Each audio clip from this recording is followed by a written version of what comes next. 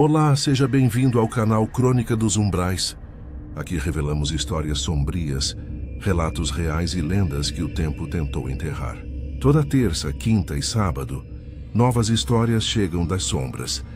E cada uma delas esconde segredos que poucos ousam ouvir até o fim. Então já se inscreva, ative o sininho e prepare-se, porque o que você vai ouvir agora não é apenas uma história. É um eco daquilo que habita entre o mistério e o proibido.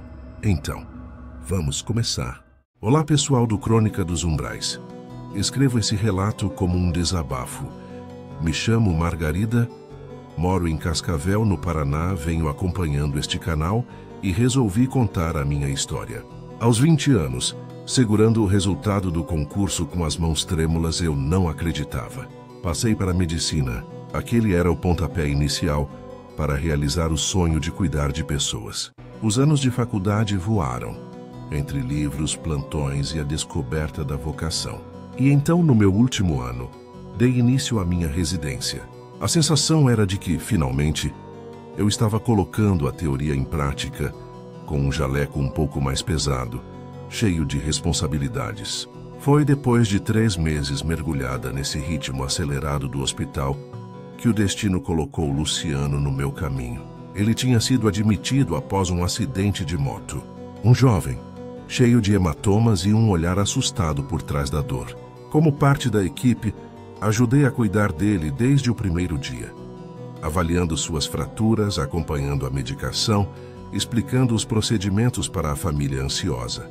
Trocar os curativos virou também trocar algumas palavras. Os boletins médicos deram lugar a fragmentos de conversas sobre a vida. Eu via a gratidão nos olhos dele a cada vez que a dor amenizava. E uma estranha cumplicidade foi nascendo entre plantão e plantão. No final do meu turno, senti que precisava ver como ele estava. Eu não sabia, mas já estava me afeiçoando a ele. Então caminhei pelo corredor familiar e entrei suavemente em seu quarto. A luz do fim da tarde entrava pela janela, iluminando um rosto mais sereno que o da primeira vez. "Tudo bem, Luciano? Como está se sentindo?" perguntei, com a voz suave que se aprende a usar nos corredores de um hospital. Ele abriu um pequeno sorriso, um verdadeiro desta vez. "Mais forte, doutora." "Graças a Deus." "E a você?" Ouvir aquilo aqueceu meu coração. Ajustei seu cobertor. Verifiquei o soro rapidamente com um gesto profissional, mas cheio de um cuidado que ia além da técnica. "O importante é que você está evoluindo muito bem. Descanse que amanhã a gente se vê de novo. E caso você continue deste jeito amanhã, poderei lhe dar alta", disse enquanto me dirigia para a porta. Ele sorriu e disse: "Se você me der alta, vou ter que arrumar um jeito de me machucar de novo." Depois de dizer isso, sorriu e eu respondi: "Não diga isso nem brincando. Se quiser, pode me visitar para conversar." "Ok então, doutora. Assim que eu tiver totalmente recuperado, vou chamá-la para um café." Eu ri, disse que estava combinado e saí, sentindo um quentinho no coração. No dia seguinte, pela melhora no quadro dele, dei alta com um misto de alívio profissional e uma pontinha de saudade que eu nem queria admitir. Eu achava que o que ele tinha me dito era da boca para fora, mas descobri que ele era um homem de palavra. Assim que se recuperou totalmente, me chamou para um café. Aquele café simples, num café perto do hospital, ali foi o primeiro capítulo de tudo. Um café puxou um jantar puxou um cinema. E quando demos conta, estávamos namorando há 3 anos, profundamente apaixonados. Ele era tudo o que eu podia sonhar. Perfeito, amável, carinhoso, atencioso. A estabilidade dele, trabalhando como contador em uma empresa da cidade, equilibrava perfeitamente a minha rotina caótica de médica. Ele era meu porto seguro. O pedido de casamento foi tão especial quanto ele. Uma surpresa durante um piquenique no parque ecológico, no pôr do sol. Acabei dizendo sim sem hesitar. Afinal, porque eu hesitaria, eu o amava. Nos casamos em uma cerimônia íntima, apenas com nossos familiares mais próximos. Foi simples, mas transbordava amor. E depois partimos para a nossa lua de mel no Havaí. Foram dias de sonho, praias lindas, o cheiro do mar, as noites tropicais. Foi absolutamente maravilhoso.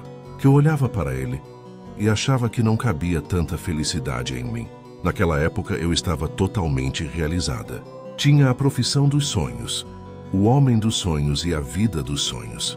Se alguém tivesse me dito naquele ápice de felicidade que eu estava prestes a entrar no meu pior pesadelo, eu teria dado uma gargalhada, achado graça ou dor de cotovelo.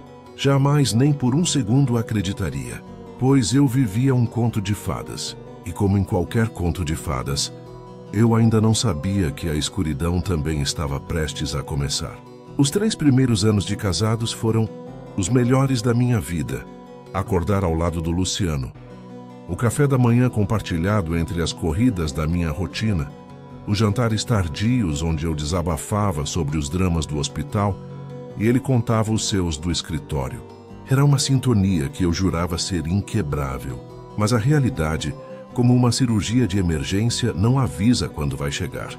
A minha vida como médica cirurgiã é isso. Uma ligação toca e eu preciso sair correndo. Um jantar romântico interrompido, um fim de semana cancelado, uma promessa quebrada por causa de um acidente na BR-277. O jaleco branco carrega um peso que poucos entendem. Não sei exatamente quando o nosso castelo começou a rachar. Não consigo apontar o dia, o mês. Foi um processo lento e doloroso, como uma hemorragia interna. Será que foi a rotina? A culpa por eu nunca estar presente? Ou será que, no fundo, era simplesmente falta de amor e a ausência apenas escancarou uma fissura que já existia? O que eu notei com um nó no estômago que foi se apertando a cada dia foi a mudança no Luciano. A garrafa de vinho que antes era aberta apenas nos finais de semana começou a aparecer numa terça-feira qualquer. Os happy hours com os colegas de trabalho se tornaram mais frequentes e mais longos. E pela primeira vez desde que nos conhecemos, ele parou de me avisar para onde ia e quando voltaria. Eu ficava sozinha na nossa casa, com o telefone ao lado, o coração pulando a cada barulho de carro na rua. O cheiro de álcool que vinha com ele, quando ele finalmente cruzava a porta, era como uma facada. O homem carinhoso e atencioso dava lugar a um estranho. Luciano agora estava distante, muito fechado, já não me olhava mais como antes. Isso começou a me matar por dentro. Cada plantão se tornava uma tortura e um alívio ao mesmo tempo. Eu já não sabia como eu ia encontrá-lo. Bêbado, irritado, fechado ou pior, nem estava em casa. Cogitei, em um momento de desespero, em abandonar a medicina, deixar o jaleco e o bisturi à sala de cirurgia, tudo que eu construí e que eu amo, com uma força que é parte de quem eu sou. Mas como escolher? Estou perdendo o meu marido, a pessoa que eu escolhi para a vida toda. E a terrível verdade é que não faço a menor ideia do que fazer. Estou paralisada, assistindo ao amor da minha vida escorrer entre os meus dedos, sem saber como estancar essa ferida. O meu conto de fadas se transformou em um pesadelo silencioso, e eu não sei como acordar dele. Tentei de tudo, pessoal. Cada fibra da minha alma de médica, de esposa, se revoltou contra aquela situação. Eu não podia, não queria, aceitar que o homem que eu amava estava se perdendo assim diante dos meus olhos. A primeira coisa que fiz foi tentar o diálogo. Esperei uma noite em que ele estava sóbrio, ou pelo menos alterado. Preparei seu jantar favorito, lasanha, e acendi velas. O coração batia tão forte que eu achava que ele podia ouvir. Quando ele chegou, parecia surpreso. Por um instante, vi um lampejo do Luciano de volta em seus olhos. Precisamos conversar, meu amor. Comecei segurando as mãos dele sobre a mesa. Estou tão preocupada com você, com a gente. Você não está bem, eu posso ver. A reação foi como um balde de água gelada. Ele retirou as mãos bruscamente. Estou ótimo, Margarida. É você que não para em casa. Acha que eu não vejo? Vive para os seus pacientes, para o hospital. Eu sou só mais um móvel aqui. A acusação foi tão injusta que me cortou a respiração. Era a minha vocação, o meu propósito sendo usado como arma. Tentei explicar, falar sobre o cansaço, a pressão, que poderíamos encontrar um novo equilíbrio. Mas ele já tinha se levantado, pegando as chaves do carro. Vou dar uma volta. Preciso de ar. A volta durou até às 3 da manhã, e ele voltou com aquele cheiro que eu já odiava. Não desisti. Marquei uma consulta com um terapeuta de casais. Consegui, depois de muita insistência que ele fosse. Foram 3 sessões. Na primeira, ele ficou calado, com os braços cruzados. Na segunda, usou o espaço para me culpar por todas as nossas frustrações. Na terceira, ele simplesmente não apareceu. Disse depois que tinha esquecido. A solidão dentro da minha própria casa era sufocante. Eu, que enfrentava a morte nos corredores de um hospital, me sentia completamente impotente diante do declínio do meu próprio marido. Foi quando comecei a notar os sinais mais sombrios. Dinheiro sumindo da nossa conta conjunta sem explicação. Ele, que era sempre tão arrumado, começou a negligenciar a higiene. As pupilas, ora contraídas como pontas de alfinete, ora dilatadas mesmo com a luz do sol batendo no seu rosto. O vinho e a cachaça já não eram suficientes. O buraco era mais fundo. Um dia cheguei mais cedo de um plantão cancelado e o encontrei no sofá, com a cabeça jogada para trás, os braços flácidos. Ao seu lado, na mesinha de centro, havia um pequeno pacote de plástico com um pó branco e um canudo de nota de dinheiro. O mundo desabou.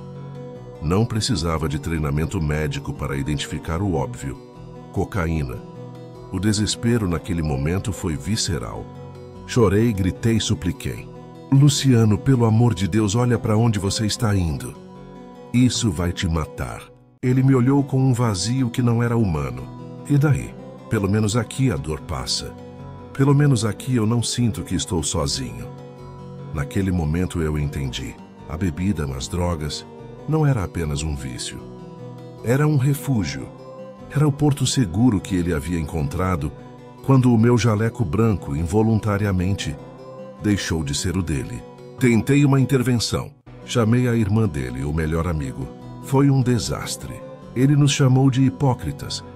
Disse que nós éramos a causa de tudo e trancou-se no quarto.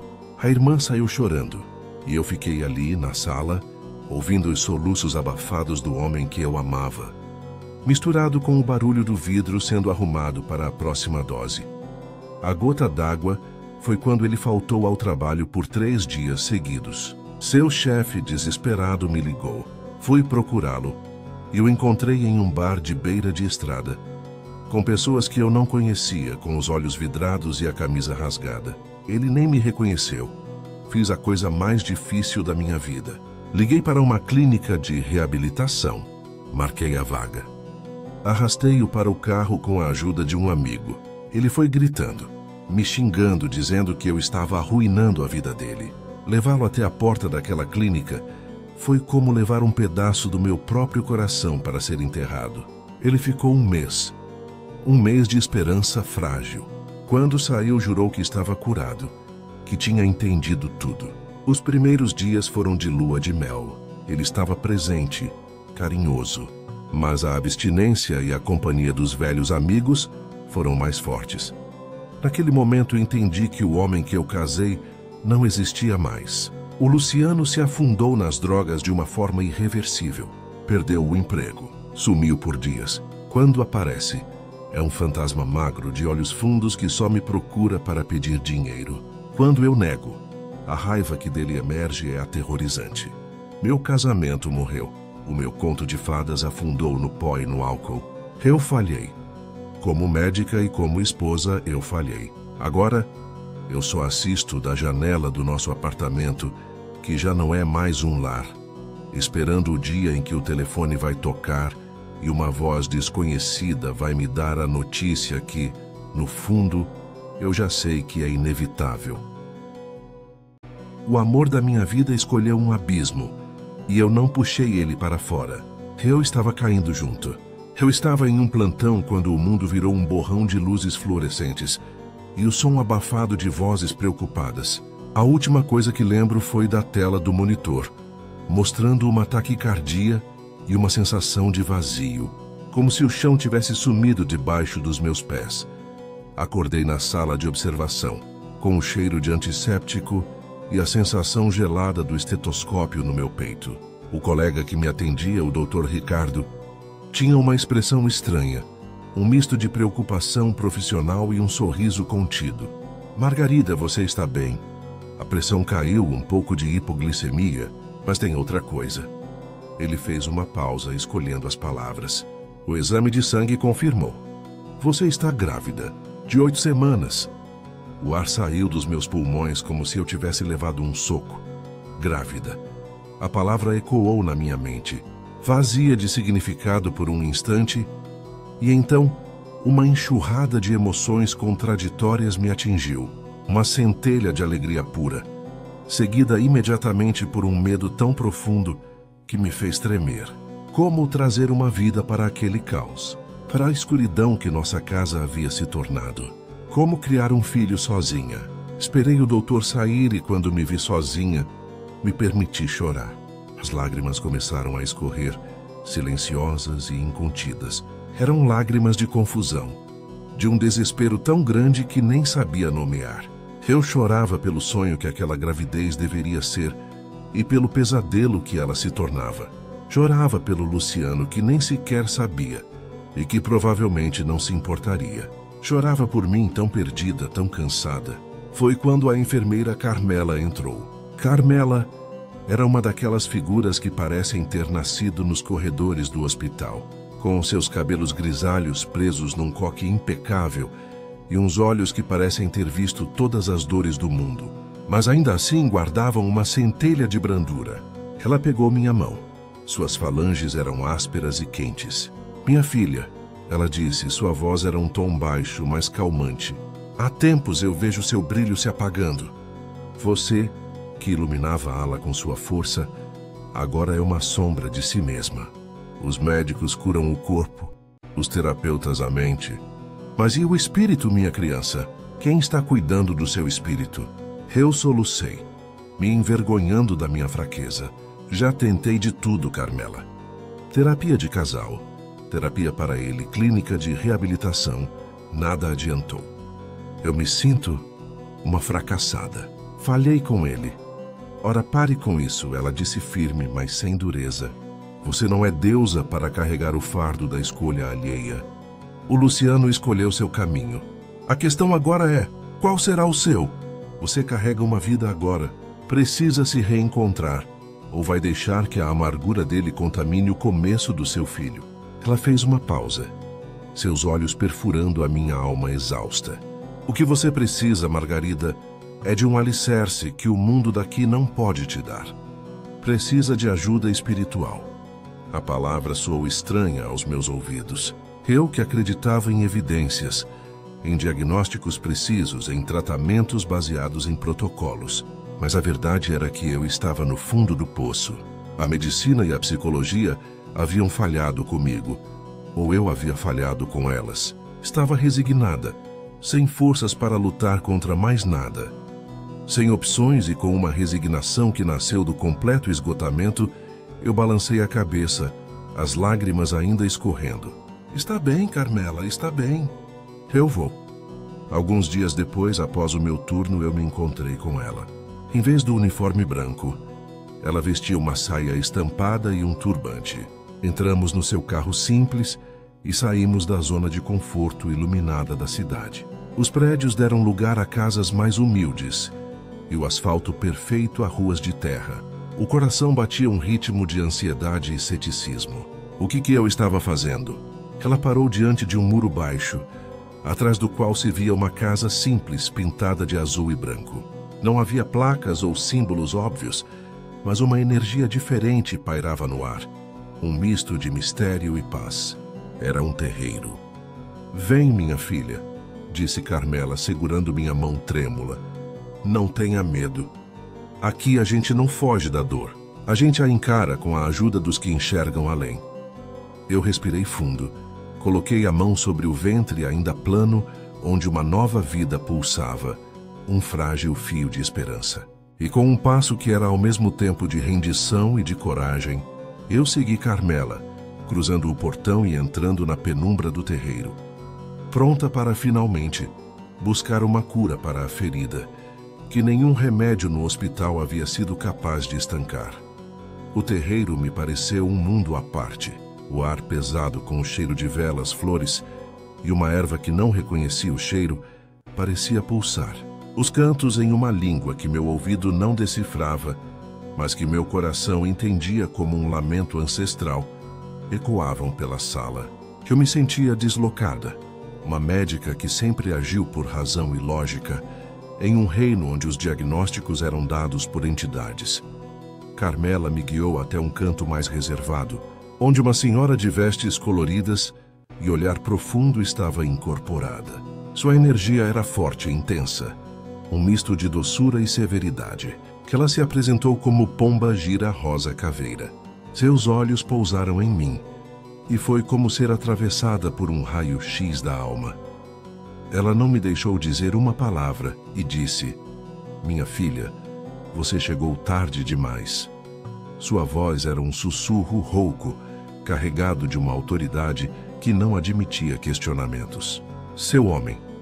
Ele não caiu sozinho. A bebida, o pó são só os braços de uma corrente que prende ele. Alguém amarrou ele para morrer. Um calafrio percorreu minha espinha. Um feitiço? Mas quem? Quem faria uma maldade dessas? Minha voz saiu um fio, carregada de incredulidade e medo ao mesmo tempo. Dona Rosa Caveira deu uma risada seca, sem humor. Quem? Quem via a felicidade de vocês e sentiu o gosto amargo da inveja no peito? Quem não suportou ver o amor que brilhava nos olhos dele por você? Foi alguém do sangue, minha filha. Alguém da família. A revelação me atingiu como um golpe físico. Família. Luciano sempre foi próximo da mãe e do irmão. Seria possível? A imagem da cunhada, com seu sorriso sempre um pouco forçado, ou do cunhado que certa vez fez um comentário ácido sobre médica que se acha, passou pela minha mente. Era difícil de engolir. Era mais fácil acreditar na doença do que na maldade premeditada. E ela continuou interrompendo o meu silêncio. Você demorou, menina. Seu tom era de censura, mas também de uma pena profunda. Deixou a doença do espírito se espalhar como um câncer. Talvez já não haja mais salvação para ele. O corpo pode estar vivo, mas a essência pode já ter partido. Cada palavra era uma facada. A culpa, que eu carregava como uma segunda pele, apertou-me o peito. Eu tinha falhado. Falhado em ver, falhado em agir. Ela continuou. Mas enquanto há vida, há esperança.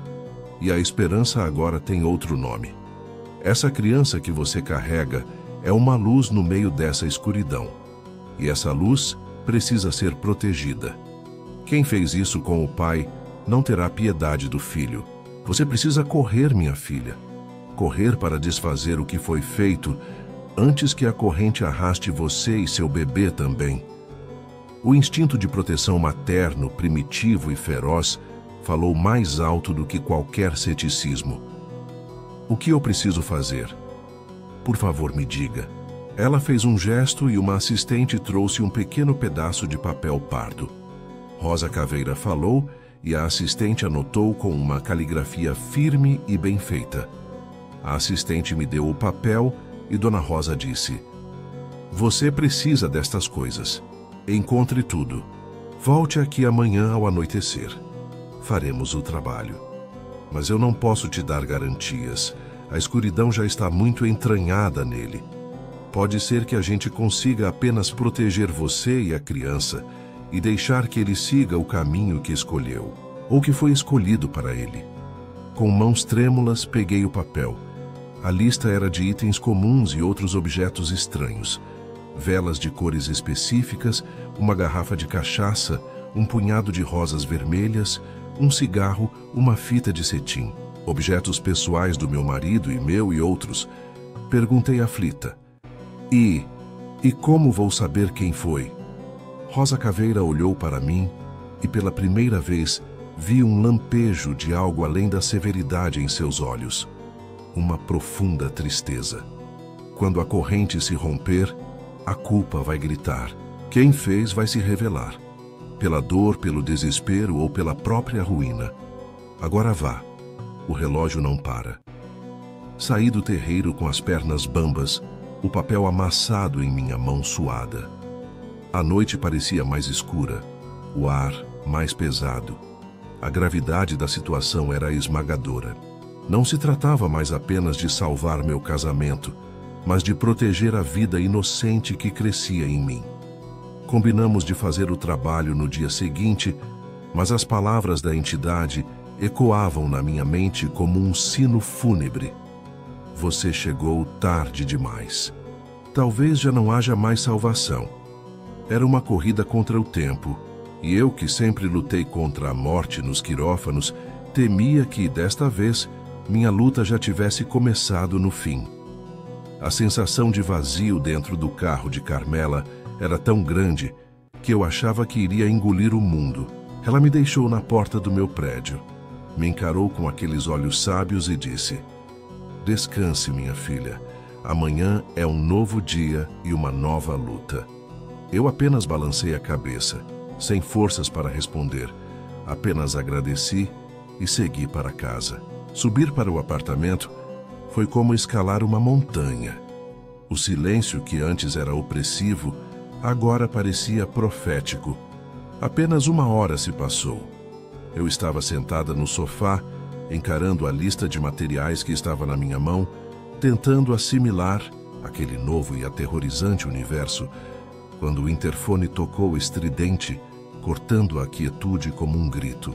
Atendi com a voz embargada, e para minha surpresa a porteira disse que era a polícia e que queria conversar comigo. Minhas pernas simplesmente se negaram a me sustentar. Eu pensei que iria cair, uma onda de frio percorrendo meu corpo todo. Mas eu disse: pode deixar subir. Consegui gaguejar. 2 homens fardados estavam ali na minha porta, com expressões sérias e profissionais, mas não conseguiram esconder completamente um lampejo de pena. As palavras que vieram a seguir foram como um furacão que arrasou os últimos vestígios do meu mundo. "Senhora Margarida, lamentamos informar. Seu marido, Luciano, foi encontrado sem vida há algumas horas. Aparentemente, uma overdose. Precisaríamos que a senhora fosse reconhecer o corpo." Neste momento, vieram ecos como se gritassem dentro de mim. "Você chegou tarde demais. Talvez já não haja mais salvação." As palavras de Rosa Caveira ecoaram na minha mente com uma clareza aterradora. Um veredito final que chegava antes mesmo da minha tentativa de apelo. Um grito preso na minha garganta se transformou em um silêncio de puro pânico. Ele se foi, sem um último olhar, sem que eu pudesse dizer que o amava, que o perdoava, que ele seria pai. A chance de salvá-lo, que eu agarrei com unhas e dentes naquela noite no terreiro, foi arrancada de mim de forma tão brutal e definitiva. Meu mundo não apenas desabou, ele foi pulverizado. Não sei de onde saiu forças naquele momento. Talvez do instinto animal de cumprir o último dever para com a pessoa que um dia foi o amor da minha vida. Talvez daquela semente de vida no meu ventre, que já exigia uma fortaleza que eu não sabia ter. Liguei para Carmela, minhas mãos tremendo tanto que mal consegui discar. "Carmela, ele se foi. A polícia está aqui. Preciso ir lá. Por favor, não me deixe ir sozinha." Ela não hesitou. "Estou a caminho." No IML, o corredor era longo, frio e cheirava a morte de uma forma que nenhum hospital cheira. Quando puxaram a gaveta de aço e retiraram o lençol, o que vi não era mais o meu Luciano. Era uma casca, um reflexo pálido e consumido daquela pessoa vibrante e cheia de luz que conheci no hospital anos atrás. A dor foi tão física, tão avassaladora, que um tremor incontrolável tomou conta do meu corpo. As lágrimas não eram mais silenciosas, eram convulsões de agonia. Eu chorei até não ter mais ar, até minha visão escurecer e minhas pernas cederem. A última coisa que lembro foi do braço firme de Carmela me segurando e gritando por ajuda. Acordei em uma maca no próprio hospital onde eu trabalhava, com um soro no braço e Carmela ao meu lado segurando minha mão. Ela tinha ligado para a médium e explicado a tragédia. A resposta foi que eu deveria me concentrar em ficar bem e que, quando me sentisse forte, procurasse ela novamente. A luta agora tinha mudado de objetivo. O velório foi um show de rostos contritos e palavras vazias. Eu via a família dele, as mesmas pessoas que Rosa Caveira dissera que poderiam ser as culpadas. Cada abraço, cada meus sentimentos, soava falso e suspeito. Meus olhos inchados e secos de tanto chorar, percorriam cada rosto em busca de um sinal, de um traço de culpa. Mas tudo que via era uma dor genuína ou uma máscara bem feita. Eu não confiava em ninguém. Naquele momento, Carmela era meu único porto seguro, meu único pilar. Ela ficou ao meu lado o tempo todo. Um bastião de silêncio e força, interceptando as pessoas quando via que eu não aguentava mais. Quando tudo acabou e o último parente se foi, ficamos só nós duas na frente do cemitério. A noite já tinha caído. Vem, minha filha, Carmela disse, sua voz suave como um bálsamo. Você não vai para aquele apartamento sozinha hoje. Vem comigo. Eu não tive forças para recusar. Apenas balancei a cabeça e me deixei guiar. Entramos no carro dela e eu olhei pela janela para a escuridão, levando comigo não apenas a dor insuportável da perda, mas o peso esmagador de uma pergunta sem resposta e um ódio recém-nascido por alguém que, eu sabia no fundo da alma, tinha assassinado meu marido muito antes da overdose levar o que restava dele. A busca agora era por justiça, de um tipo que a lei nunca poderia dar. A luta tinha apenas começado, e eu iria até o fim para descobrir quem arruinou a minha vida e tirou a felicidade de mim. Peguei licença do trabalho. O hospital, com seus corredores que testemunharam nosso começo, agora era um lembrete doloroso demais. Precisei reorganizar meus pensamentos, ou pelo menos tentar encaixotar a dor para conseguir funcionar. A única coisa que me mantinha de pé era uma chama de raiva e a necessidade urgente de justiça. Queria correr para o centro no dia seguinte, mas a médium foi enfática pelo telefone. Só depois da missa de 7º dia, minha filha. A poeira precisa baixar e você precisa tentar, mesmo que seja um exercício em vão, tirar esse ódio do coração. Ele envenena você e o bebê. A missa de 7º dia foi um suplício. Cada oração soava como uma zombaria. Eu via a família dele reunida, a mãe, o irmão, a cunhada, e meus olhos buscavam incansavelmente por uma pista, um desvio de olhar, um suspiro de culpa. A dor da perda era imensa, sim, mas a revolta era um fogo que queimava por cima dela, consumindo qualquer espaço para o luto puro. Sabia que aquele rancor todo fazia mal ao meu filho, mas era mais forte do que eu. Era o que me impedia de desmoronar completamente. Convenci Carmela a nos levar ao terreiro naquela mesma noite. Desta vez ela não relutou. Veio a febre nos meus olhos, a obsessão que me tomava. Ao chegar, o ambiente pareceu ainda mais denso, como se a própria energia soubesse da morte que havia ocorrido. Quando Rosa Caveira se manifestou, seus olhos foram direto para a minha alma, e eu não precisei dizer nada. Ele partiu, ela disse, sua voz um sussurro grave. Agora o laço carnal se rompeu, mas o laço espiritual que o prendeu ainda precisa ser desfeito para que ele encontre paz. E como eu vou saber quem foi? Perguntei, minha voz carregada de uma urgência desesperada. Preciso de um nome, preciso de uma face. Rosa Caveira balançou a cabeça lentamente. Eu não darei um nome. Os fios do destino se revelarão por si mesmos. Mas você, em seu estado, é um farol para a escuridão. Antes de qualquer coisa, precisa de uma muralha. Um trabalho de limpeza para você e para a criança. Ela então me passou as instruções através de sua assistente. 7 dias de banhos com ervas específicas, um ritual de cada vez, para lavar a energia de morte e ódio que me impregnavam. E depois eu deveria voltar com os materiais da lista. Esse trabalho, ela explicou com uma serenidade aterradora, irá criar um escudo ao redor de vocês dois. E o que foi enviado contra vocês retornará para quem o mandou. 3 vezes mais forte. Ela me fixou com um olhar profundo. Mas ouça bem, minha filha. Você não pode se arrepender depois. Uma vez feito, não há volta. É a lei. E ela é implacável. A raiva dentro de mim era um vulcão. Não havia espaço para arrependimento. Eu não me importo, disse minha voz firme pela primeira vez em semanas. Quem fez isso não merece minha piedade. Eles só estarão colhendo o que plantaram. Só estarão sentindo uma fração da dor que me causaram. Os 7 dias que se seguiram foram um ritual. Cada banho era um combate.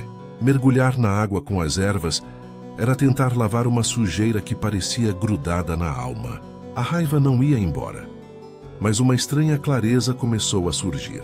Eu estava fazendo aquilo pelo meu filho, para que ele nascesse em um ambiente de luz, não de sombras. No 7º dia, após o último banho, voltei ao terreiro com a bolsa cheia dos materiais. O ritual foi silencioso, intenso. Velas, palavras cantadas. A sensação de energia sendo tecida ao nosso redor. Eu saí de lá exausta, mas com uma sensação de dever cumprido. A semente da justiça ou da vingança, eu já não sabia mais a diferença, havia sido plantada. Agora só me resta esperar. Rosa Caveira disse que eu saberia. Eu confio, seja por um grito de culpa, por um acidente do destino ou pela ruína silenciosa de alguém, eu saberei. E quando a face do culpado for finalmente revelada, eu olharei nos olhos da pessoa que destruiu o meu Luciano e a minha família. E com o meu filho seguro em meus braços, serei a testemunha silenciosa de que o mal, quando devolvido à sua origem, não perdoa ninguém. A espera é agonizante. Mas pela primeira vez desde que tudo desmoronou, sinto que não estou mais parada. O jogo começou. A espera foi a parte mais angustiante. Cada dia era uma tortura. Meu olhar percorrendo cada pessoa ao meu redor, cada membro da família do Luciano, tentando decifrar um sinal de culpa nos seus gestos, nas suas palavras de condolências, que soavam cada vez mais falsas. A raiva fermentava dentro de mim, alimentada pela incerteza e pelo luto que não conseguia se completar. 3 meses se passaram. Meu bebê já começava a dar os primeiros sinais mais visíveis. Um pequeno alento em meio ao caos. Foi quando recebi a ligação que fez o chão sumir debaixo dos meus pés novamente. Era meu tio, a voz embargada. Margarida, filha, é sobre sua mãe. Os médicos descobriram um câncer. É muito agressivo, já está espalhado. Eles dizem que não há mais o que fazer. O mundo parou. As peças do quebra-cabeça macabro se encaixaram com um estalo sombrio e devastador. Alguém da família. A frase de Rosa Caveira ecoou na minha mente, mas agora com um significado horrível e diferente. Eu estava tão focada na família dele que nunca, nem por um segundo, havia considerado a minha própria. E a pessoa mais próxima, minha mãe, Dona Marlucy. Ela sempre foi uma mulher de aparências orgulhosa. Lembrei-me com uma clareza dolorosa da sua oposição ferrenha ao nosso casamento. Ele é um contador, Margarida. Vem de uma família simples, sem tradição. Você é médica. Você merece algo maior. Depois que me casei, ela se afastou. Visitas raras uma vez por ano, sempre com um sorriso tenso. Eu achava que essa mágoa dela, com o tempo ela superaria. Que ingenuidade terrível. Por quê?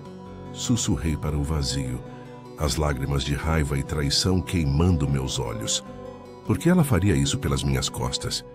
Por que destruir a minha felicidade? Precisava saber. Precisava confrontá-la. Não podia enfrentar aquilo sozinha. Liguei para Carmela, minha rocha, minha única âncora. Expliquei tudo. Minha voz trêmula de horror e fúria. Ela ouviu em silêncio e com uma calma na voz que me tranquilizou, ela disse: estou a caminho. Vamos juntas. A viagem era de 1 hora até a cidade onde minha mãe morava. Ficamos em um silêncio pesado. O coração batia descompassado no meu peito. Uma mistura de medo, nojo e uma dor tão profunda que ameaçava me despedaçar. Minha mãe nos recebeu na sala. Estava mais pálida, mais frágil, mas o sorriso no rosto era o mesmo de sempre. Aquele que eu agora via com clareza. Era a máscara de uma mulher amargurada. "Mãe", eu disse, dispensando qualquer saudação. Minha voz saiu firme, gelada, como o aço de um bisturi. "Eu sei. Sei que você fez alguma coisa contra o Luciano." O sorriso dela congelou no rosto. Os olhos, por uma fração de segundo, foi de pânico antes de se tornarem duros como pedra. Ela tentou negar, balbuciar algo, mas eu a encarei. E algo no meu olhar, a dor de uma viúva, a fúria de uma filha traída, a fez recuar. E então, com a doença já corroendo suas defesas, a verdade veio à tona, cruel e sem remorso. "Está bem." Ela gritou, sua voz um misto de desafio e fraqueza. "Está bem, eu fiz. Eu paguei um trabalho para separar vocês, mas não queria matá-lo. Ele era inferior, Margarida. Um homem medíocre, de uma família sem eira nem beira. Você, uma médica. Você merecia coisa melhor. Eu não podia deixar um homem daquela laia, de uma família de pé rapado, ficar com você e manchar o nosso nome. Eu te dei uma vida de oportunidades e você preferiu jogar tudo fora por um motoboy da vida." Ela sempre menosprezou o fato de ele ser contador, como se não fosse digno o suficiente. O ar saiu dos meus pulmões. Ouvir a confissão sair da boca dela foi pior do que qualquer imaginação. Ela não sentia remorso, sentia um direito doentio. Tinha condenado o Luciano à morte, destruído a minha vida, arruinado o futuro do seu próprio neto. Tudo por um orgulho vazio e nojento. Naquele momento, diante da mulher que me deu a vida e que, com suas próprias mãos, arrancou de mim toda a felicidade, eu não senti mais raiva. Senti um vazio, um nojo profundo e silencioso. O mal tinha um rosto, e era o da própria pessoa que deveria me amar e proteger acima de tudo. Depois daquela confissão monstruosa, um silêncio gelado tomou conta da sala. A máscara da minha mãe havia caído completamente, revelando um abismo de orgulho e maldade que eu nunca poderia ter imaginado. Então, com as palavras cheias de um rancor, ódio, amargura e nem sei mais os sentimentos que eu estava depois daquela confissão, eu disse: "Parabéns, mãe. Agora você nunca mais vai precisar olhar na minha cara, nem a do seu neto. Sim, eu estou grávida." A revelação da gravidez pareceu atingi-la, mas não com alegria. Seu coração era tão frio que ela conseguiu sussurrar, com um ódio que ainda me assombra: "É melhor que não nasça. Viria com o sangue de um pé rapado." Naquele momento, qualquer último laço que ainda existisse entre nós se rompeu. Não havia mais dor, nem raiva. Havia apenas um vazio solene, um luto pela mãe que eu achava que tinha, mas que nunca existiu de verdade. Virei-me, peguei a bolsa e olhei para Carmela. Ela, com lágrimas silenciosas escorrendo pelo rosto, entendeu. Saímos daquela casa. Eu não olhei para trás nem uma vez. Minha mãe faleceu 7 semanas depois. As dores do câncer, disseram, foram terríveis, agonizantes. Um sofrimento que muitos na família chamaram de castigo. Eu não fui ao velório. Não chorei. Tinha enterrado ela no mesmo dia em que ela confessou ter assassinado meu marido. O nascimento do meu filho, Luciano, um nome que escolhi com um amor e uma dor que ninguém além de mim poderia entender, foi o antídoto para toda aquela escuridão. A sala de parto, que tantas vezes testemunhou dramas alheios, foi palco do meu renascimento. E ao meu lado não estava a minha mãe, mas Carmela, minha amiga e mãe do coração, e a família do meu marido, aquelas pessoas que eu tanto desconfiei e que agora me acolhiam com um amor tão puro e genuíno que me fazia envergonhar da minha desconfiança. Minha sogra, especialmente, tornou-se meu esteio. Quando recebi alta, ela foi comigo para casa e cuidou de tudo, de mim e do bebê, com uma dedicação que lavou parte da amargura da minha alma, na segunda noite em casa. A madrugada era silenciosa, quebrada apenas pela respiração suave do pequeno Luciano em seu berço. Eu dormia um sono leve, exausta, mas em paz quando senti um toque gelado, mas suave em meu rosto. Não foi um calafrio de medo, mas uma sensação de familiaridade profunda, uma paz que vinha de um lugar além deste mundo. Abri os olhos lentamente e lá estava ele, Luciano. Não o homem consumido pelas drogas, não o fantasma daqueles últimos meses terríveis.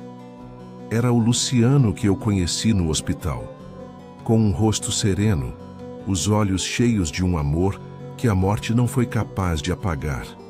Ele estava de pé, ao lado do berço, e se inclinava para deixar um beijo tão terno na testa do nosso filho que meu coração pareceu parar.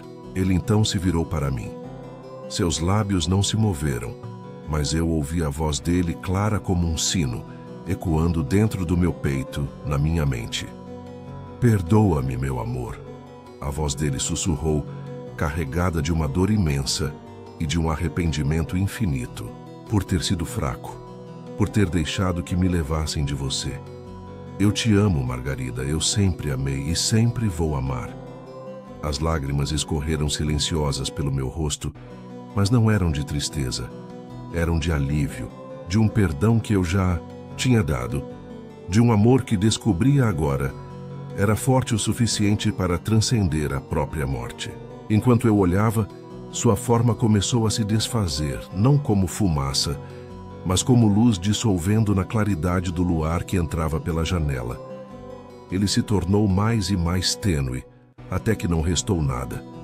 Nada além da paz que ele trouxera em seu breve retorno, e a certeza profunda e absoluta de que de alguma forma, em algum lugar, estávamos todos finalmente a salvo. Hoje continuo com a minha vida, mas agora sem descuidar da parte espiritual. Hoje meu filho tem 4 anos. É um garoto lindo, cheio de vida e a cara do pai. Continuo com a minha carreira, mas sempre que tenho tempo, eu a dedico ao meu filho. Carmela infelizmente também partiu, já tem 1 ano. E assim, pessoal do Crônica dos Umbrais, encerro o meu relato. Aos que estão ouvindo minha história, guardem isso. O amor verdadeiro é um fio que nem a morte consegue cortar, e a força para recomeçar, mesmo quando tudo parece perdido, a força mora dentro de nós. Basta olhar para a luz que ainda resiste, por mais fraca que pareça. No meu caso, essa luz tinha o rostinho do meu filho. Obrigada por me ouvirem. Foi doloroso reviver tudo isso, mas também foi um alívio, como tirar um peso dos ombros que carreguei por tanto tempo.